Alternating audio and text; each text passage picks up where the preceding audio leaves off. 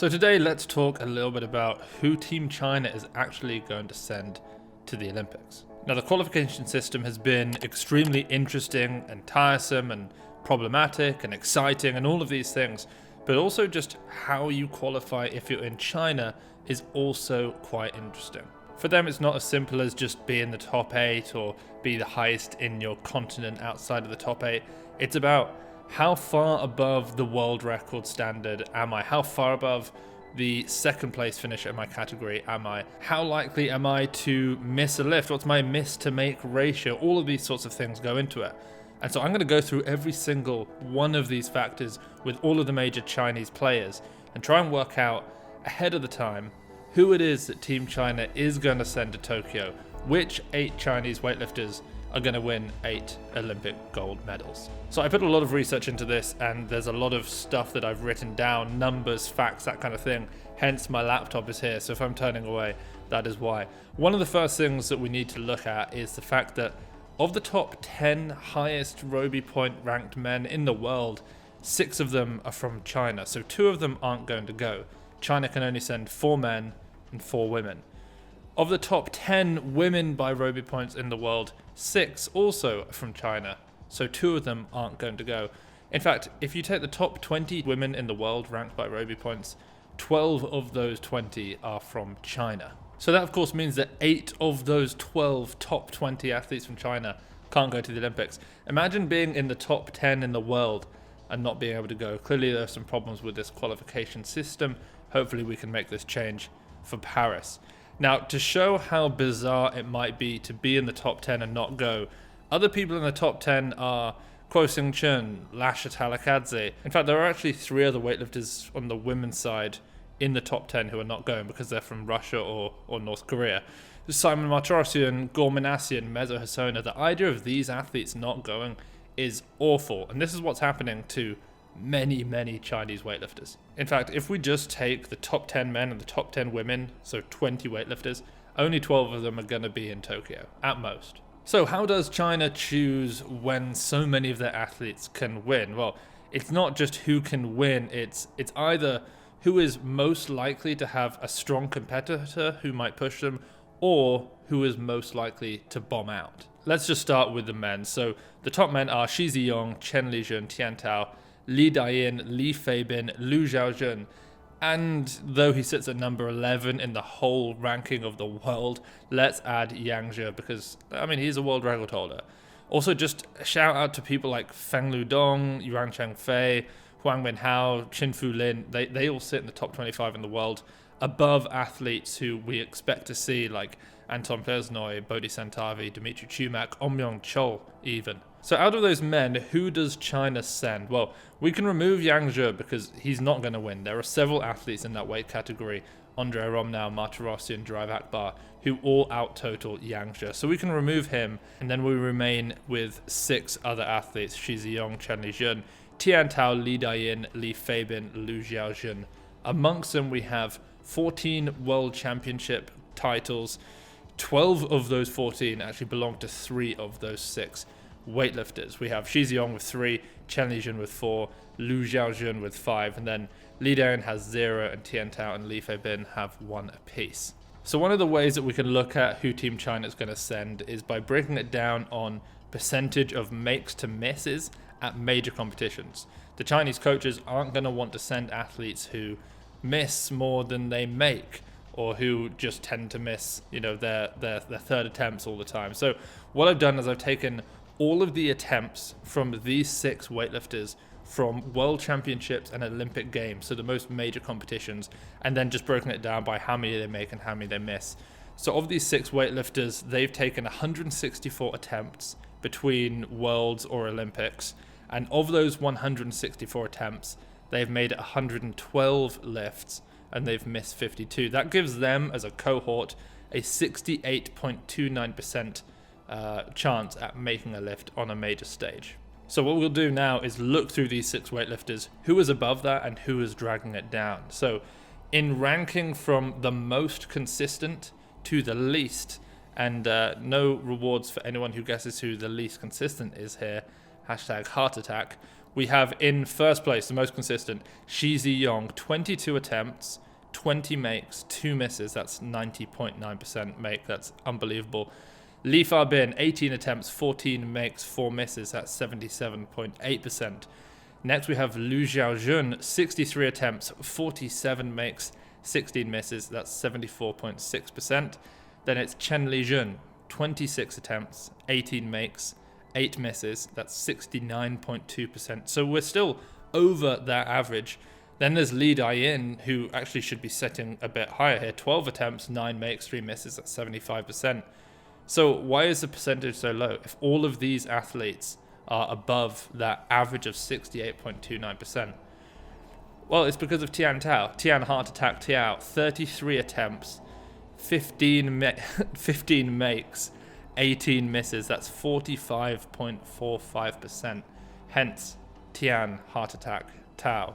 It's worth remembering that list. The least consistent by a long way is Tian Tao. I mean, Tian Tao has missed more times than Li Dayin has attempted weights in major competitions. Liu Xiaojun has missed less than Tian Tao despite taking almost double the amount of attempts in competition. So that's one of the ways that Team China is going to choose. They're going to look at who is the most consistent, but they're also going to look at who has the most competition. So let's now do that. Shi Ziyong has no competition and is the most consistent. Shi Ziyong is 14 kilos over the next highest total in his class. Selected.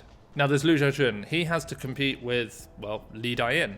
So Li Dayin has more total Roby points across these 6 competitions, but Liu Xiaojun has higher individual competition Roby point performances. So what that means is that when it matters, when the performance really means something, for example, a world championship, Liu Xiaojun puts up the biggest total between the two. He gets the most Roby points at an individual competition. I mean, he won the last 2 world championships.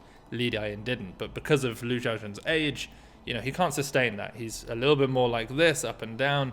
Li Dayin can kind of hover, so that's why Li Dayin has more total Roby points. Liu Xiaojun also has the world record in the clean and jerk and the total. He's out-totaled everyone, and Li Dayin seems somewhat injured at the moment. So I'm going to say Liu Xiaojun selected. What they'll do is the IWF will offer the spot to Li Dayin. Team China will turn that down on account of injury, and then the spot will be handed over to Liu Xiaojun. Selected. And then it comes down to Li Fabin, Tian Tao, and Chen Lijun. And we have 2 spots left with those 3 weightlifters. So Chen Lijun is a 4-time world champion. His closest competitor was the world record holder from DPRK, Pak Jong-ju. But even so, he's still 9 kilos over that person in the total. But because DPRK isn't going to the Olympics, North Korea have decided they're not going to compete in Tokyo. The next highest is Ergashev, Adkamjon Ergashev. So he's 11 kilos over Ergashev. He also just smashed his performance at the Asian Championships last month. He went 6 for 6. So I'm going to say again, selected for the world champion. And so really now it comes down to Li Fabin and Tian Tao. And I think everybody knew that it was going to come down to these 2. There are a lot of people out there who have an extreme connection with Tian Tao. I understand that. We've been through a lot with him. We've had a lot of up and downs. We've had many bomb outs. We've had many miss makes. We've been through a lot, but perhaps Li Fabin is the best man for the job. Let's have a look. They both are 1-time world championship winners. They both hold world records. Li Fabin holds the snatch and the total world record. Tian Tao holds the clean and jerk world record. Tian is also an Olympic silver medalist, so you've got to take that into account.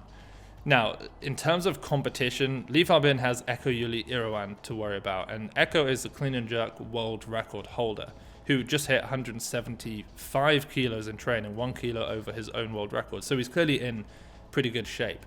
But Li Fabin has a huge snatch, and he has jerked way over the world record.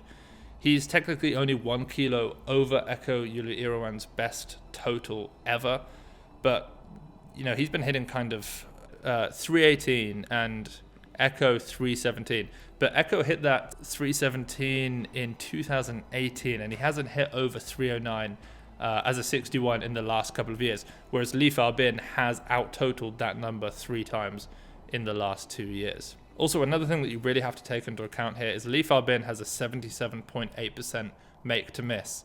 And as we mentioned earlier, Tian Tao is 45%. Another thing that you really can't ignore is Eko Yuli Irawan is a 3-time Olympic medalist.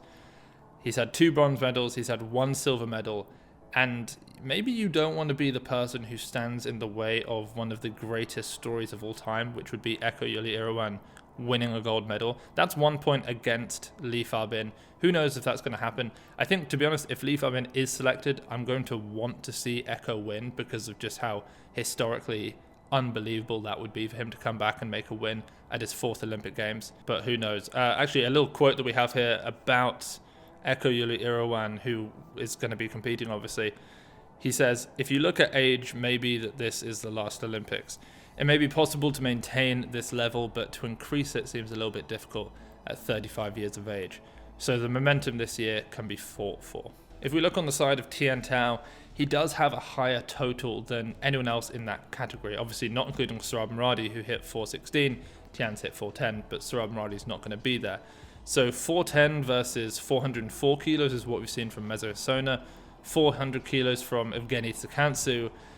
But he misses more attempts than he makes. He's been capable of winning 4 world championships at this point in his career, and yet he's won 1 of them.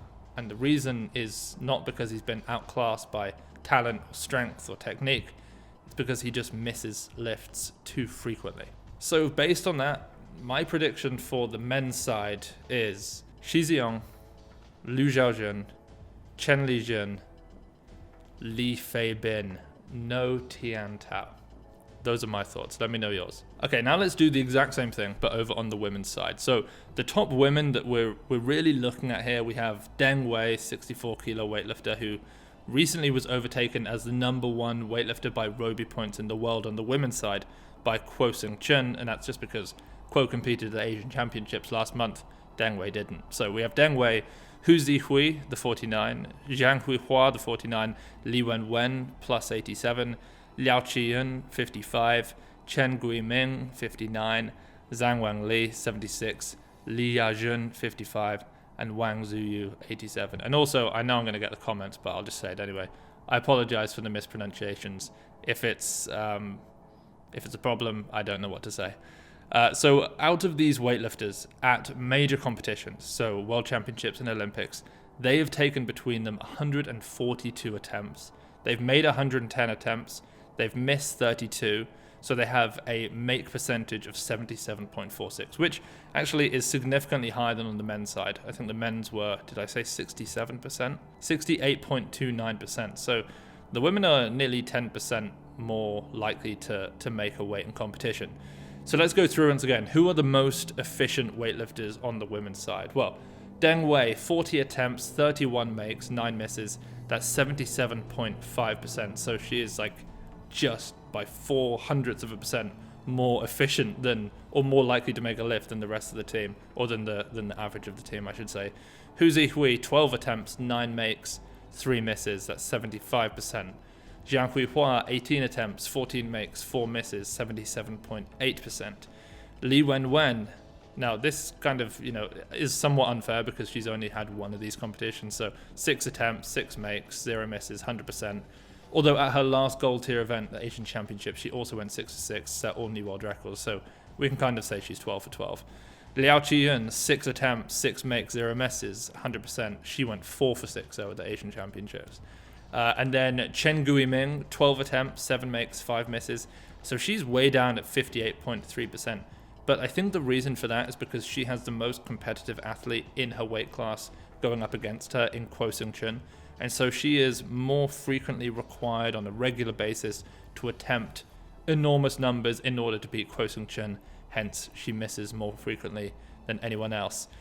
2 more, we then have Zhang Wangli, 12 attempts, 10 makes, 2 misses, that's 83.3%.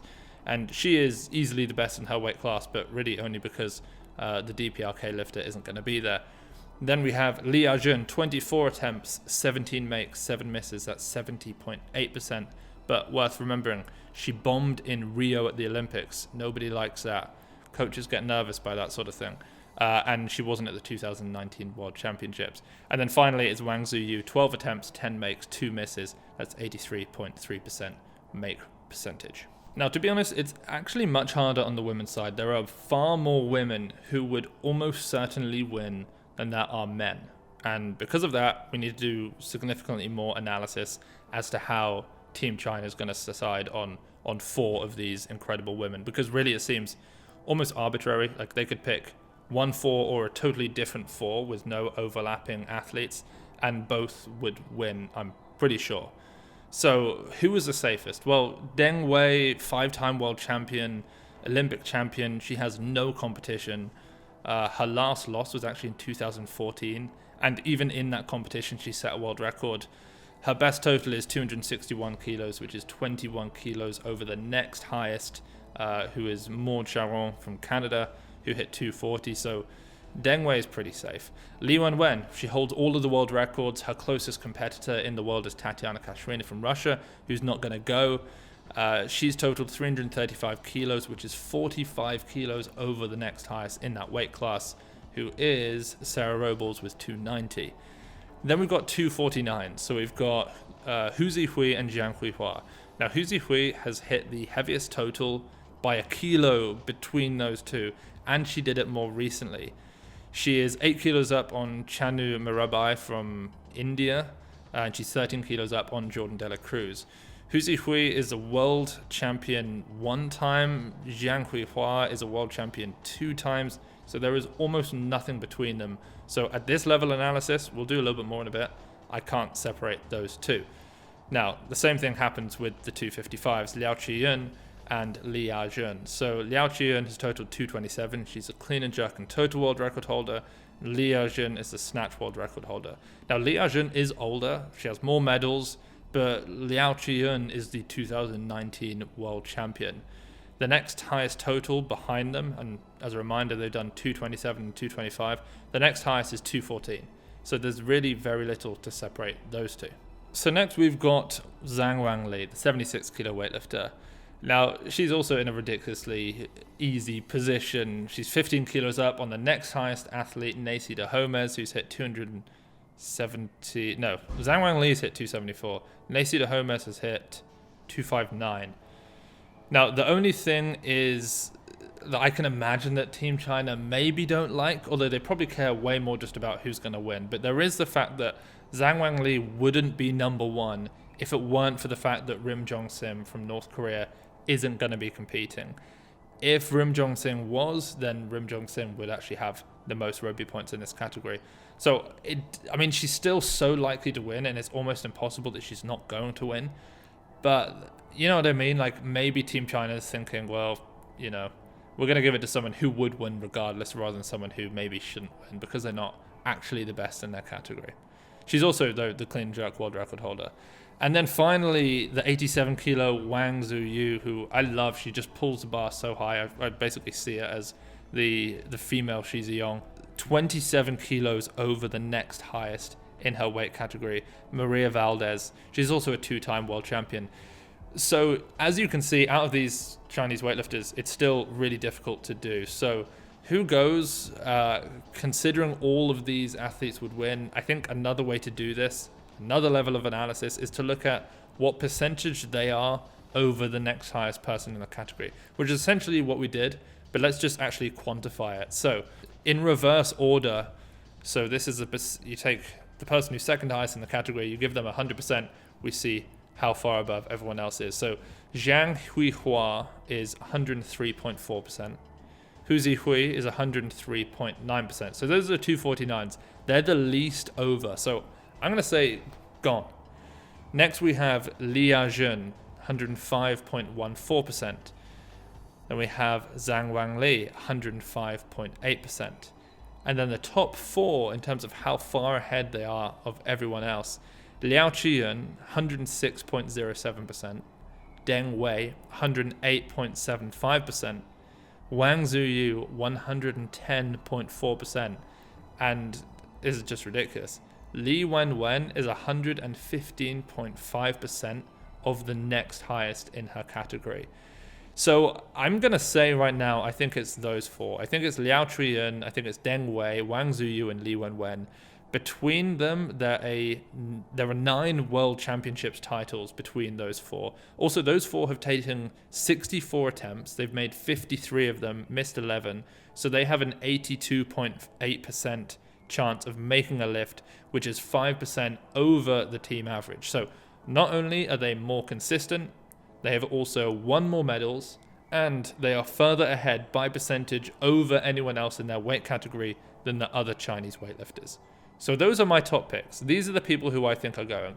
The final 8 for Team China: Liao Qiyun, 55, Deng Wei, 64, Wang Zuyu, 87, Li Wenwen, plus 87, Li Fabin, 61, Chen Lijun, 67, Shi Ziyong, 73, and Lu Xiaojun, 81. I imagine we're going to see 8 gold medalists from China.